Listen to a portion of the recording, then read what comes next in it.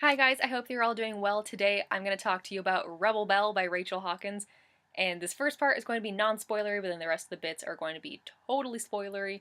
And I just need to think out loud for a few minutes and theorize with all of you for that time because I finished this last night and I'm really keyed up about it. I loved this book so much. It is easily one of my favorite reads of the year, and I can see myself getting really, really into this new trilogy.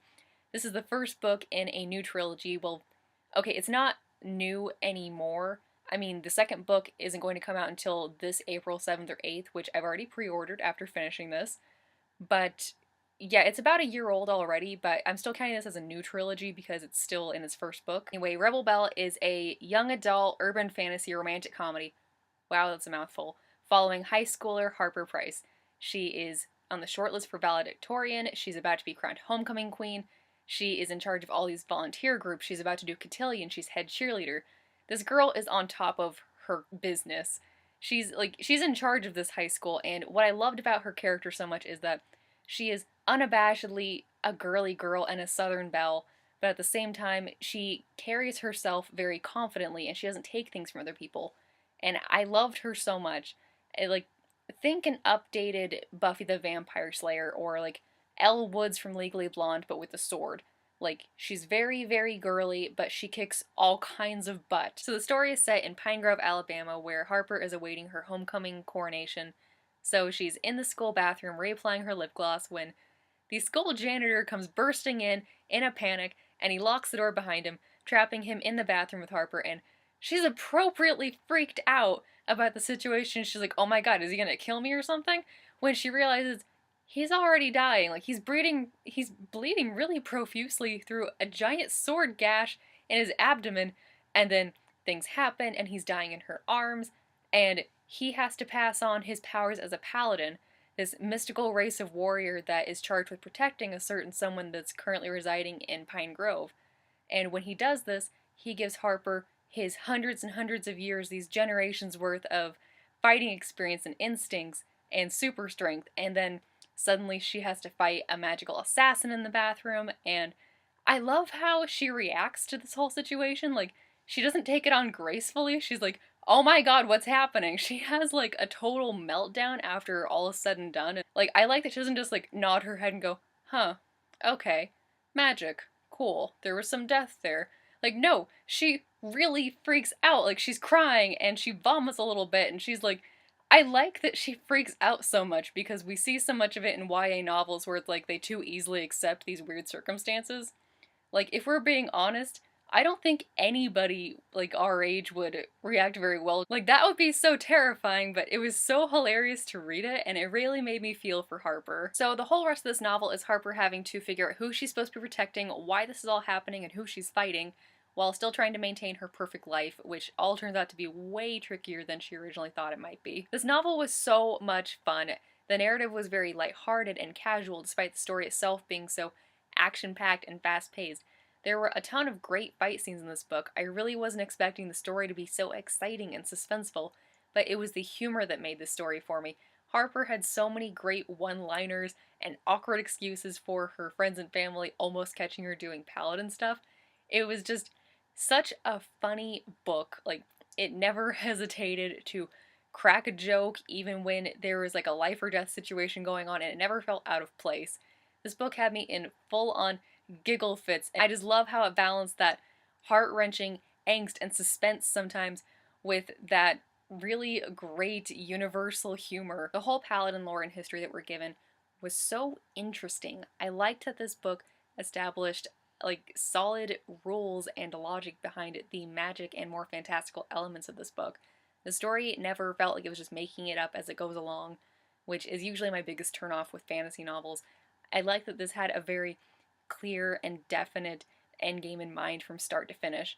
By the time the story was over with, all the problems I thought I was going to have with it when I reviewed it had either fixed themselves, or I just saw them in a new light and I was like, oh my god, that makes so much more sense now.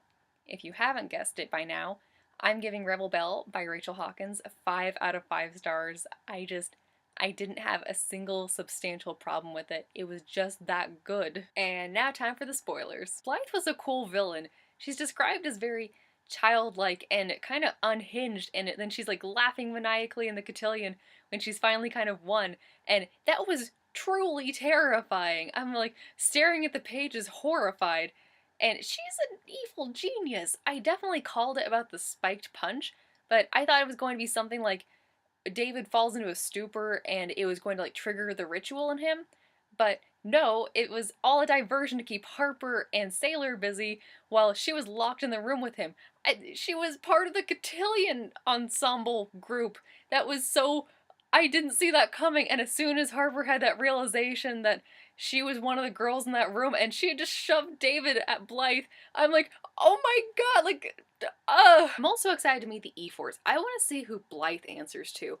I feel like they're going to be really, really sinister, and I like how we're seeing this division, like this, it's a civil war amongst the E4s, mages, and paladins about who knows what's best for the Oracle, and that's probably never happened before. I mean, the way that Sailor described it, it's like wars have been fought over the Oracle, but that whole like little magical group has always been very cohesive and in the Oracle's best interest and working as a team. Whereas now that they have a boy Oracle, everyone's kind of choosing sides and like you don't really know who you can trust and you don't know which side is right, and that's really interesting. I like that we don't really know which side is right. I mean, we can guess that Harper's side is right, but we obviously don't know the whole side of the story. I mean, Blythe even said if you had any idea what was coming. But oh my god, I cannot forgive her for taking B. That was so uncalled for, and I need B back. That I had such a little like flutter of anxiety. I'm like, oh my god, no, she took B. B is like the sweetest, most loyal person in the world. I loved her character so much. I loved that she and Harper had this really beautiful, supportive, loving friendship, and they just get each other. It's like that perfect you're my person relationship. They're like these friendship soulmates, and as soon as she took B, I knew things weren't going to go right for B. I had this awful feeling that she's going to get truly brainwashed or something, because we know from the blurb about Miss Mayhem that she's going to return to school. Like Blythe is going to drop her back off at school with a mission in mind, and I have this feeling that it's going to be like Winter Soldier and she's going to have like her mind messed with, and I really need B not to be messed up. And Ryan was such a sweetheart. He was just honestly a nice person. He and Harper's relationship was very sweet. What little we know about it, like they're together for 2 years. He kind of stood by her when she lost her sister, which that whole story and what she has to live with now and all that, like the town kind of like giving her the side eye about that really didn't sit well with me, and I felt so bad for her, and just the fact that he really loved her, and I really believe that Harper loved him back. But she even kind of hints that she'd lost that spark a while before homecoming, and it's always so sad to kind of fall out of love for the first time. Regardless, I do want Mary Beth and Ryan to work out because that just seems like a way more stable relationship, and it leaves her open to be with David. And I really want Harper and Ryan to be able to have kind of a nice friendship working relationship, seeing as they're kind of bound for life now through David. They had such an obvious love for each other, and I just want that to translate into a platonic love. Because with all the stress that these characters are about to go through in the next couple books, they need just a solid friendship amongst all of them.